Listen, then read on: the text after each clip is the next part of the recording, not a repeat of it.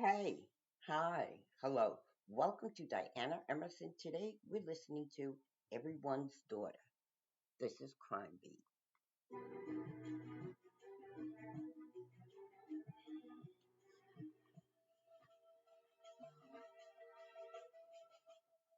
Good evening, I'm Nancy Robart. This is Crime Beat, the stories behind some of Canada's most high-profile homicides, told by the reporters who walk the beat every day, and the families demanding answers. We'll reveal the shocking evidence as it was uncovered by investigators in their quest for justice. Tonight, a young woman vanishes. I ran into her bedroom. Her purse was there. Her phone was there. There was no real reason for her just to pick up and leave and go somewhere without letting somebody know. I knew something was very wrong. We have our search teams out, our canine unit. She had no enemies, so we can't figure out why. Here's Crime Beat reporter Catherine McDonald with a story of Alicia Ross, everyone's daughter. Alicia's mom says her daughter had the bluest eyes, except when she laughed or cried. That's when Alicia's eyes would turn green. Alicia laughed a lot that summer. She was 25 years old and excited about the future. She'd spent a year in Australia following undergrad and had recently moved home to a suburb north of Toronto. Alicia always had a no-fear attitude. As a chubby baby, a precocious toddler, and later, as her mom put it, as a terrible teenager. That summer, Alicia had been doing what she loved most, camping in northern Ontario. It gives me a feeling of warmth when a mother or a grandmother will say to me, "Oh, my grandson went to camp with Alicia. He said she was the best tripper because she was an expert canoeist, and she was the one who took all the kids on canoe trips." She just got back from a canoe trip to Algonquin Park with her brother. It was a hot summer, a bad year for bugs. Alicia was tough, braving the onslaught of mosquitoes and even portaging in her bare feet. They told me it was a very hard portage. It had rained and the ground was very mucky. It was a tough one. I have to say that was a damn next portage. Can't feel my shoulders. I'm loving it. When you look at that video, you see how happy she was. It was just happy. I look at it and I see happy. It was August 2005. It was a lovely summer, and everyone was happy. The kids were all good. It's a happy time. Until the day. I would come home. I was tired, and Alicia came home and said, "I'm going to be interviewed tomorrow. I'm so excited. There's something new happening at work. I'm pretty sure I'm moving up." So we took the dogs, and I said, "Well, the dogs need to be walked. Let's go." And we walked and walked. We went over all her notes. It was a great time. And then I had to go out and run some errands with a friend. And when I came home, I was so tired. I decided I'm going to go to bed early. And I think it was the first time in many years that I ever went to bed early. And the last time I saw Alicia, she asked to borrow a purse and gave it to her. And we waved goodnight at the stairs. And then went to bed. She had a date that night, right? She did. She'd been seeing a boy. And I think he was over that when I went to bed. We were in her room in the basement. So that was it. You went to bed. I went to bed. So Sean was Alicia's boyfriend at the time. They were together on August 16th in the evening. Sean told police they'd burnt CDs and played pool. They'd had a little wine.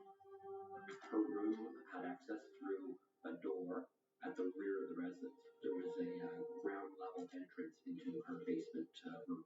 They were at the residence together. And in and around 11 o'clock midnight, it was our understanding that he left the residence.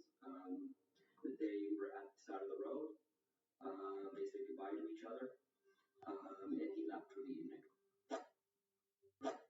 We got up and we were golfing in some kind of tournament, my husband and I and friends. I saw Alicia's car in the driveway. I thought it was odd that maybe she'd slept in. So off we went. Until Sharon got an urgent call from Alicia's boyfriend. He was the one who reported her missing. He had made a phone call when he got home to Alicia, where there was no response. He phoned in the morning. He called her work. He couldn't locate her. Sharon will never forget that call. I know exactly where it was.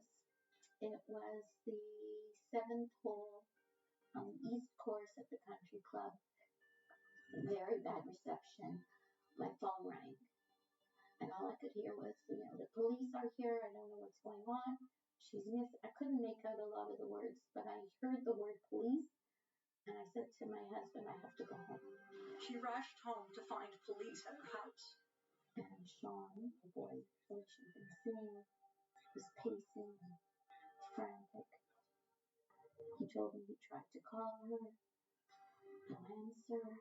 Called. Alicia had not turned up at work. She worked at Hewlett Packard, despite joking with her family that she knew nothing about computers. I ran into her bedroom. Her purse was there. Her phone was there.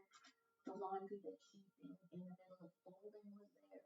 None of her keys to her car, her wallet, her identification, and items that most people would take with them were still at the house. And of course there was the cigarette butt, the glass of wine, and the shoe in the backyard. When I looked over at the back balcony and saw them, I knew something was very wrong.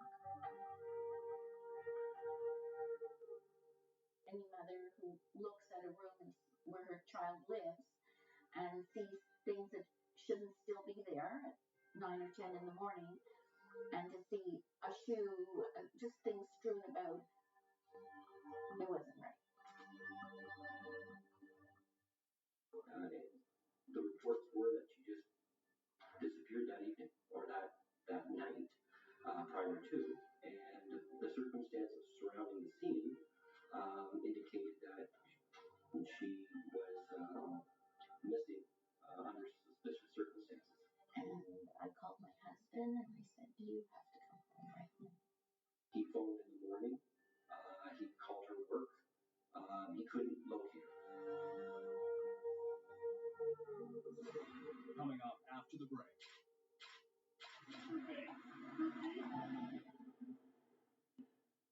A massive search with few leads.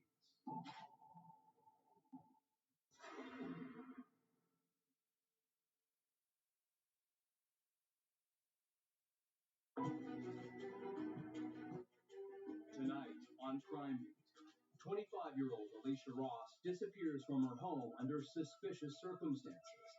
The last person who says they saw Alicia is her boyfriend Sean. Now back to Catherine McDonald with the story of Alicia Ross, everyone's daughter. What's happening is we haven't found Alicia, and that's the main goal right now. Okay? I'm so emotional right now. This is breaking my heart. Tell me about the last time you saw her. I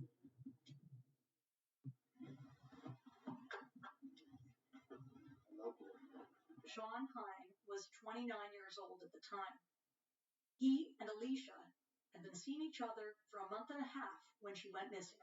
Everything seemed to be good in her life. There was no real reason for her just to pick up and leave and go somewhere without letting somebody know. It would start from ground zero, 11 o'clock midnight at that night. We would have officers or investigators knocking on doors and investigating and determining where they were, what they were doing, what they heard, what they may have observed, anything that could give us a timeline and investigate a timeline for Alicia's movements throughout the day and into the evening, and then hours through the night. Again, I think canvas is crucial. At this point in the investigation, it was a suspicious disappearance. Police could not yet say if foul play was involved. The priority was to find Alicia. to find her alive. We have our search teams out, our canine unit, our helicopters assisting, and I'm sure some of you have seen we're searching the immediate area, and we'll expand the search as we deem necessary. Having covered dozens of missing persons cases over the years, I know those first 24 to 48 hours after a person is reported missing are critical. This was no different. And based on the police response to Alicia's disappearance, it was clear there was real concern. Neighbors were also feeling anxious about the fact that a woman who could have been anyone's daughter vanished. It's been bothering me. Like, I just can't sleep at night. I'm just thinking of it. Did you have kids? I have kids at that age.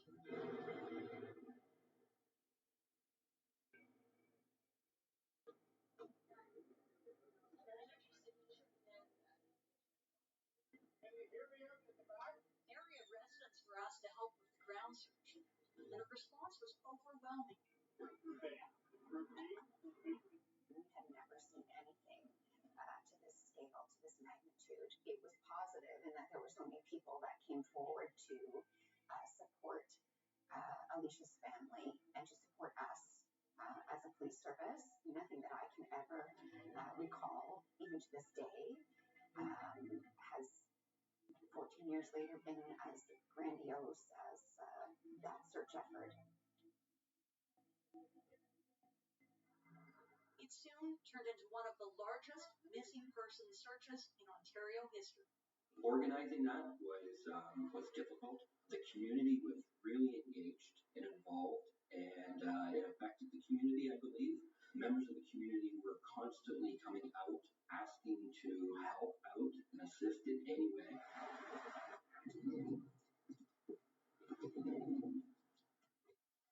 It was a family-oriented neighborhood.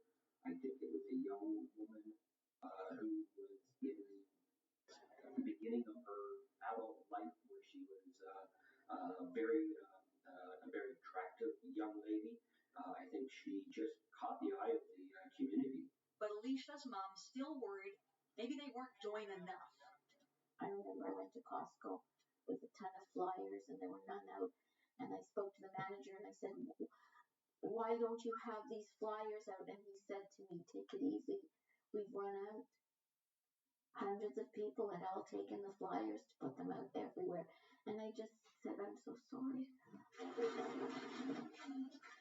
Oh my gosh, I think I was just walking through a haze at the time. But I was desperate.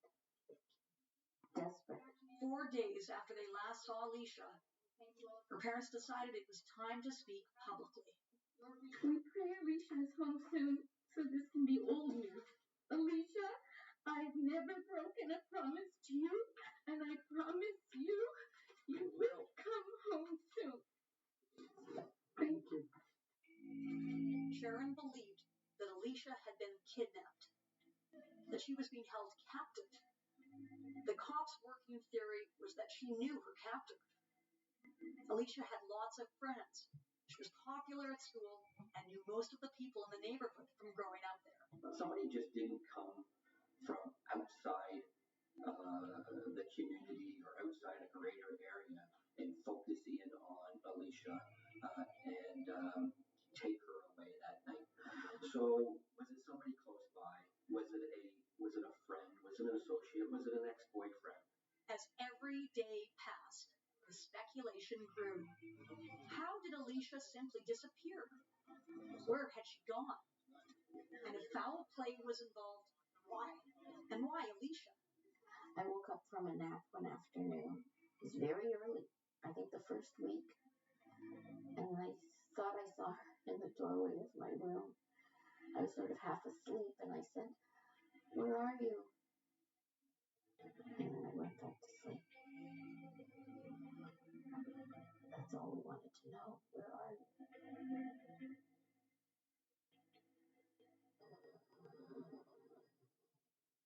There was no question that this was foul play. Hundreds of tips and clues were pursued, but almost a week of searching had turned up nothing. And suspicion was starting to fall on one individual. A lot of people have been talking about Sean. Oh, I I wouldn't want to put blame on anyone at this point. I honestly have no idea. I don't know him well at all, other than my daughter was dating him. That's all I know. I don't know anything else. Sean Hine, Alicia's boyfriend, the last person who reported seeing her alive, and the one who first called 911 to report her missing. For police, something felt off to them with his story. Like, why call 911 before checking with Alicia's family? Why was he so certain she was missing?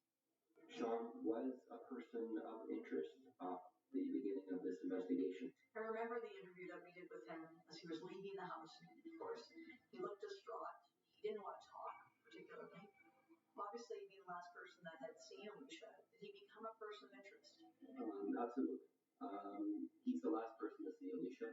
We needed to speak with him. Sean Hine lived by himself nearby in Richmond Hill. Since Alicia vanished, the family felt Sean had become less cooperative with police. He told them he was grief-stricken and didn't want to talk. We spoke to Sean on multiple occasions.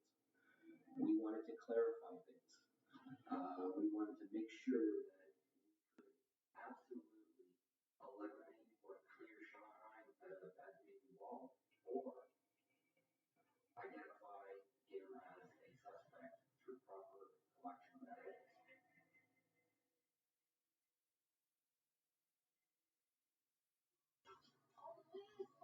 As every day passed, the family became more concerned something terrible had happened. It was hard not to wonder if Sean Hine was telling police the whole story. It was at this time that Alicia's mother finally called me directly and invited me into her home to discuss Alicia's disappearance. As a reporter, it was a good call to get. But walking into the family home that day was very difficult.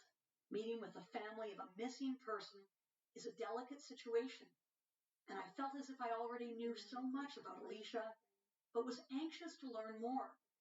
Sharon was remarkably composed, though fragile. We connected immediately. She was still so hopeful Alicia would be found alive. This is a living hell. This is a nightmare that I wake up to every morning. I don't go to bed and dream it, but it's there when I wake up. It's a deep, horrible pain. She had no enemies, so we can't figure out why, and the why is just unanswered question. Why? I do pray every day, all day. Please just spare this girl.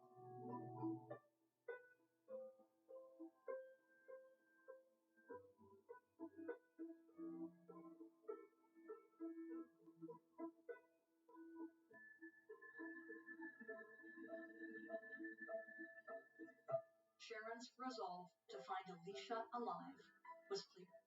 1 month after Alicia went missing and returned, Sharon was now coming to terms with a different reality.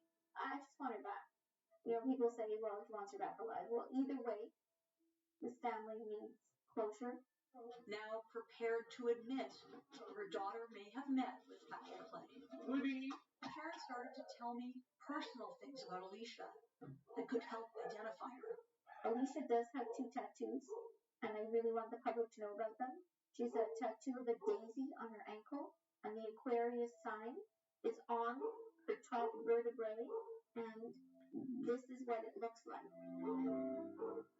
A candle flickered on the front step of the family doorstep. Sharon was now prepared for any clue that would bring an end to her suffering.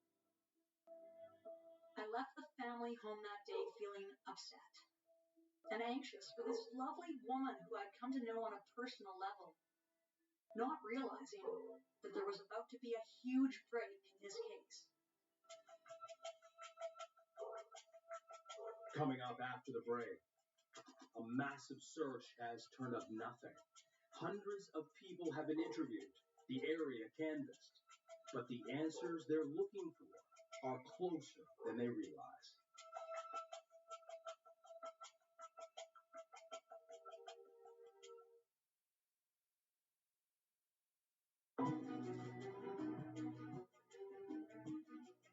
Tonight on Crime Beat, it's been a month since 25-year-old Alicia Ross went missing. A massive search has turned up nothing. But the answers they're looking for are closer than they realize. Now back to Catherine McDonald with the story of Alicia Ross, everyone's daughter.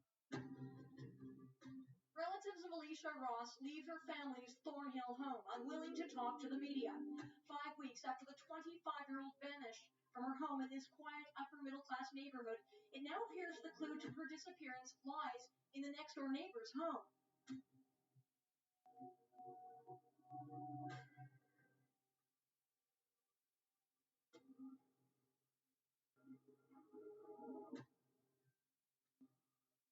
It was a phone call later in the day. It wasn't anything out of the ordinary, except the investigation now has kind of halted. Our search for Alicia had slowed down, and this phone call changes the whole investigation on. We're going to get answers.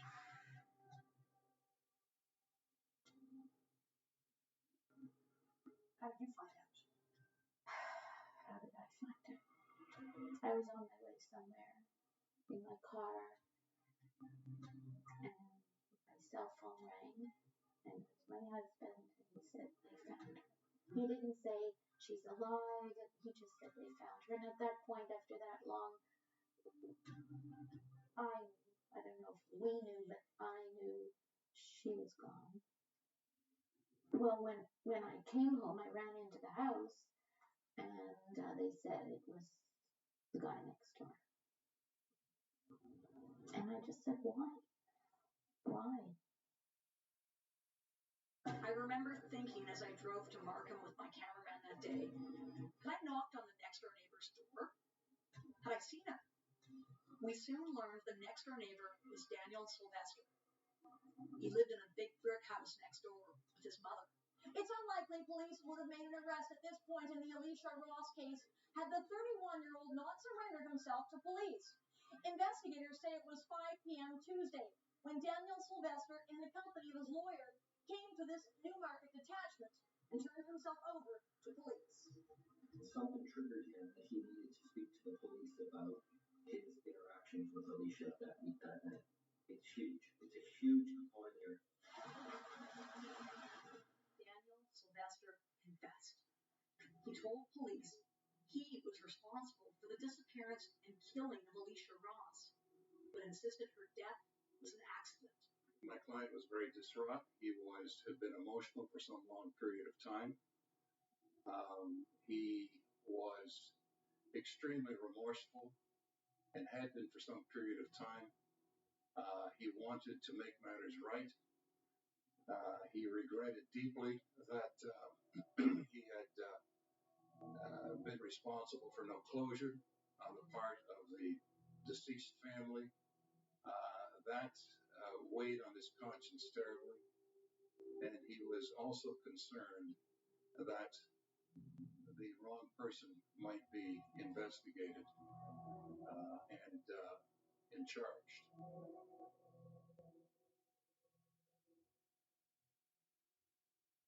Daniel Sylvester led investigators to 2 areas northeast of Toronto. After cleaning up the bloody scene with towels, showering, and bagging the evidence, Sylvester told police he had moved Alicia's body that night to Manila, Ontario, about an hour's drive away. A judge with the Ontario Superior Court describes how Daniel Sylvester says he placed the body of Alicia Ross into the trunk of his car, then dumped it in a bush at the side of a country road. Then, on his way back to Markham, Sylvester described tossing the bags of clothing a few kilometers away from the first site, also in a bush area.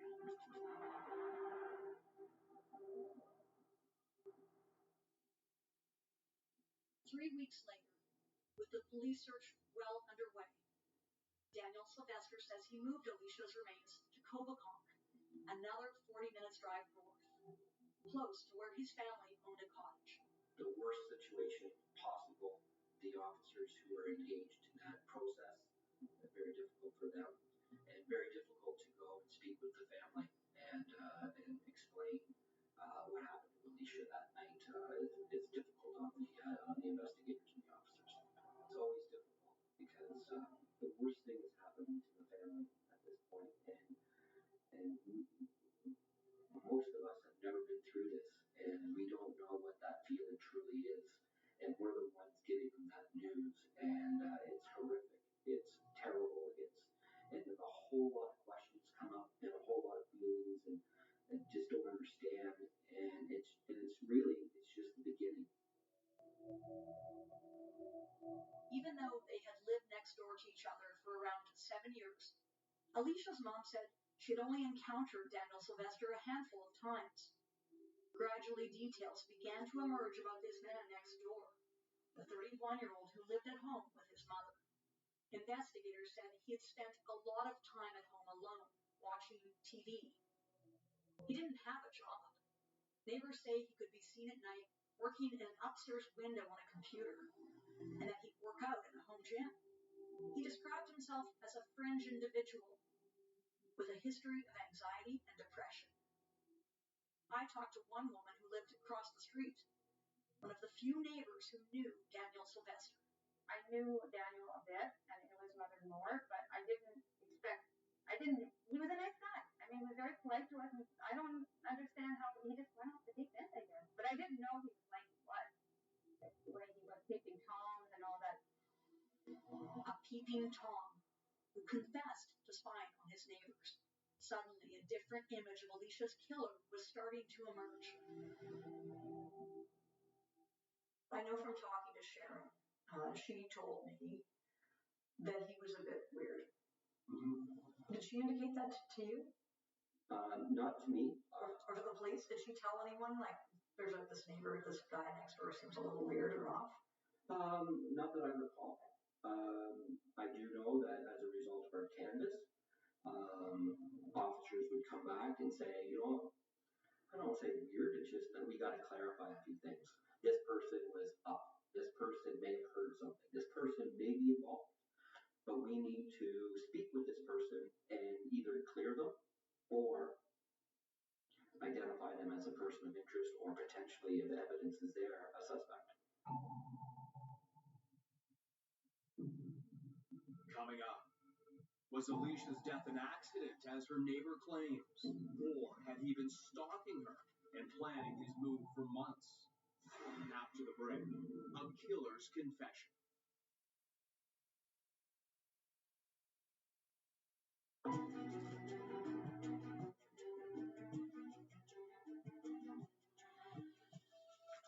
Welcome back to Crime Beat. I'm Anthony Robart. The next-door neighbor has admitted to killing 25-year-old Alicia Ross. And now the family is hoping the trial will help them understand why. We return now to Catherine McDonald with the story of Alicia Ross, everyone's daughter.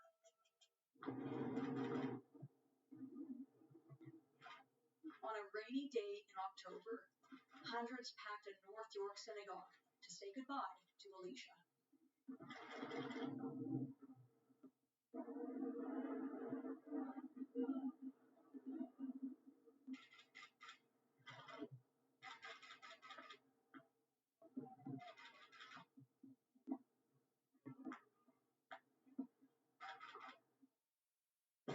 I love this picture. It was 2 months after that service that Sharon invited me back to her home to reflect on Alicia's life and what led to the break in the case. The last photos I have of Alicia are on canoe trips with her brother. You can't live in fear. Alicia traveled all over the world. Nothing happened. Nothing happened to her camping out in the Negev in Israel.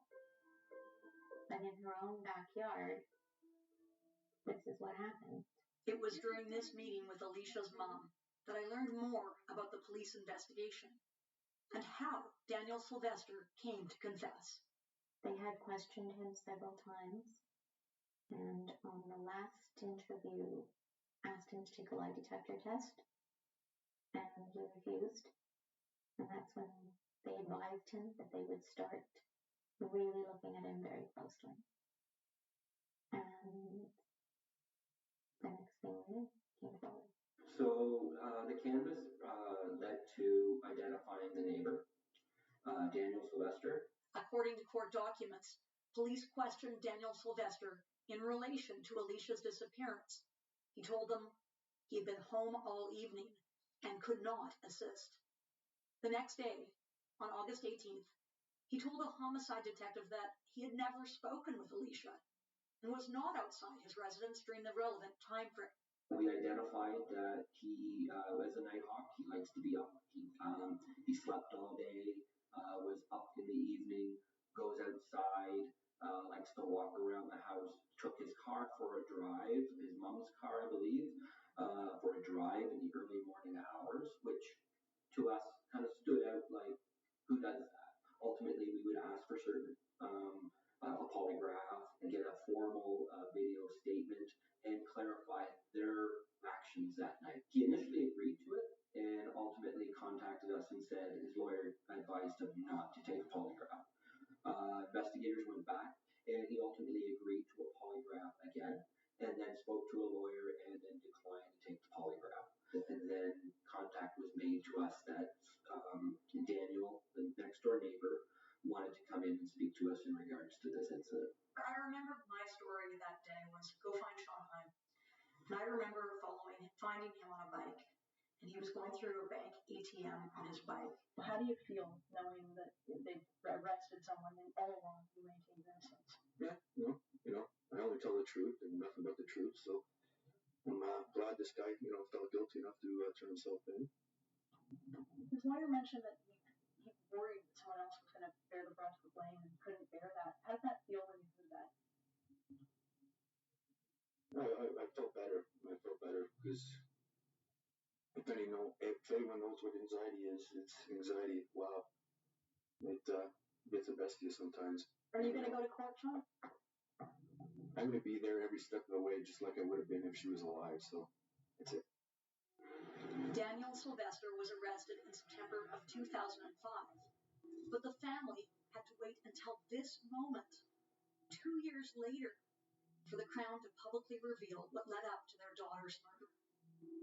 A shocking day in court for the family of Alicia Ross. Inside, a videotaped police interview with Daniel Sylvester was played, showing Sylvester confessing to the murder of his neighbor. On the tape, Sylvester first cries, then in an excited, stressed voice, he reenacts the fatal beating. There to witness Daniel Sylvester's testimony were his brother and mother. In his confession, Daniel Sylvester told police he'd encountered Alicia at her gate between their houses. That she'd said to him, "What the are you doing here?" To which he responded, "I've got as much right to be here as you do." She said, "Off, you loser." Then he told police he advanced on her. The court heard that Daniel Sylvester was a self-admitted recluse who suffered from depression. He said when Alicia called him a loser, he could not control himself. The Crown said Daniel Sylvester's attack was sexually motivated. A psychiatrist testified that Daniel Sylvester told him that he was a longtime peeping Tom who enjoyed spying on neighbors while they were being intimate. Despite confessing to manslaughter, Daniel Sylvester pleaded not guilty to second-degree murder. It surprised me a little bit that there isn't a guilty plea, but I know that you're trying for their best opportunity. According to the Crown, the extent of Alicia's injuries told a different story.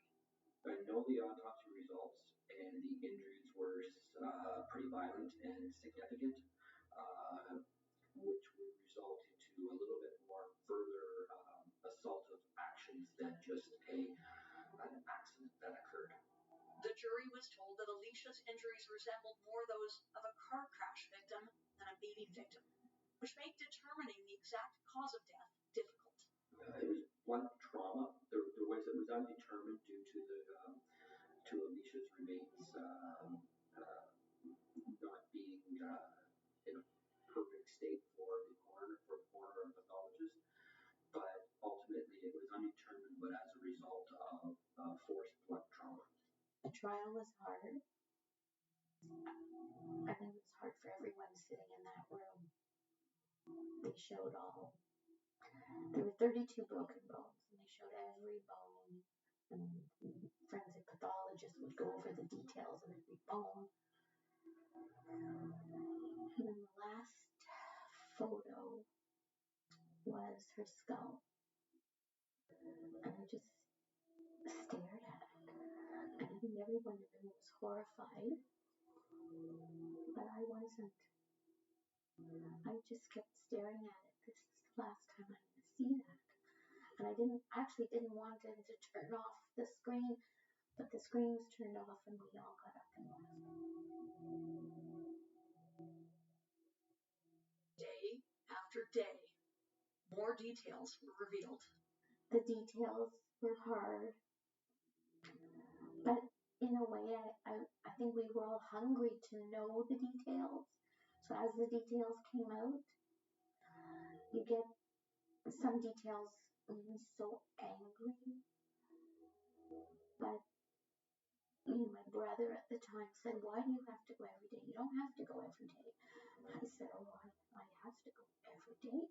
She's my baby. You would go every day for your baby." So I did. She's my daughter, and I couldn't desert her.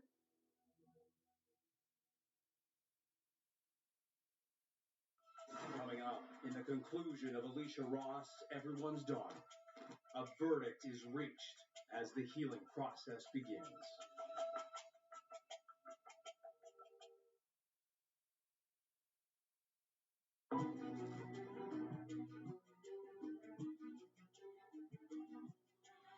Welcome back.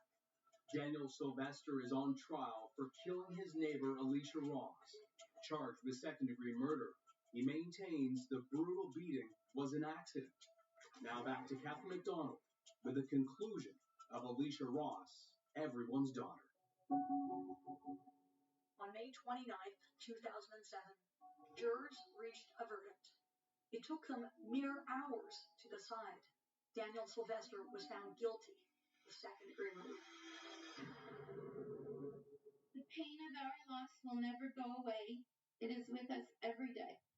But you believed in the truth and delivered a verdict that now helps all of us to move forward to the day when we hope memories will be cherished happy times rather than painful reminders of how Alicia died. Daniel Sylvester was sentenced to life in prison with no chance of parole until 2021. In delivering his sentence, the judge felt that the vicious beating was sexually motivated and that Daniel Sylvester had been watching Ross for some time that night. It's a very bittersweet thing to hear a number, because although we were very glad to hear a murder conviction, the number of years, nothing will bring Alicia back. Daniel Sylvester would go on to appeal his conviction, asking for a reduced sentence, but the original verdict and sentence were upheld. Today, it's the parole hearing that looms. I hope people remember her. Not so much the case.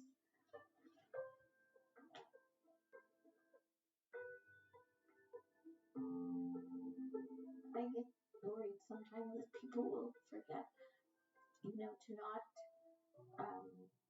mention a person or reminisce about a person. It almost negates their existence. And it gives me a feeling of warmth when a mother or a grandmother will say to me, "Oh, my grandson went to camp with Alicia. He said she was the best tripper because she was an expert canoeist." And I love hearing stories like that people remember her and remember her well.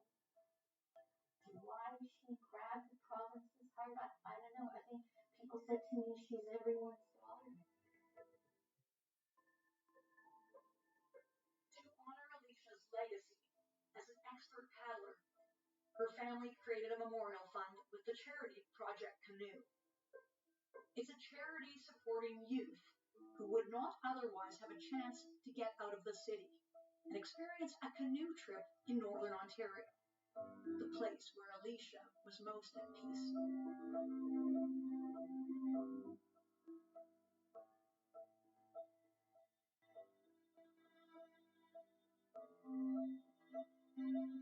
How have you been able to move forward?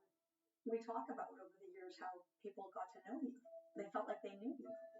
In the beginning, a lot of people recognized me, felt it very discomforting and didn't like it. The odd time still, someone will say, "Don't I know you from somewhere?" My back gets up and I don't like it. I don't like being recognized, and I don't want to have to say, "Well, I'm the woman whose daughter." So I'll just say, "Oh, you've probably seen me around. I've been going out for so many years." I don't know what you want from. You move forward as best you can. You know the saying, one foot in front of the other. But when it comes back hard. You know, mourning is a good thing. You can mourn with your family. You can miss the person together. We all miss her. But sadness and sorrow is a very solitary thing. I think there's a legacy to your daughter in many ways. What is her legacy in your mind?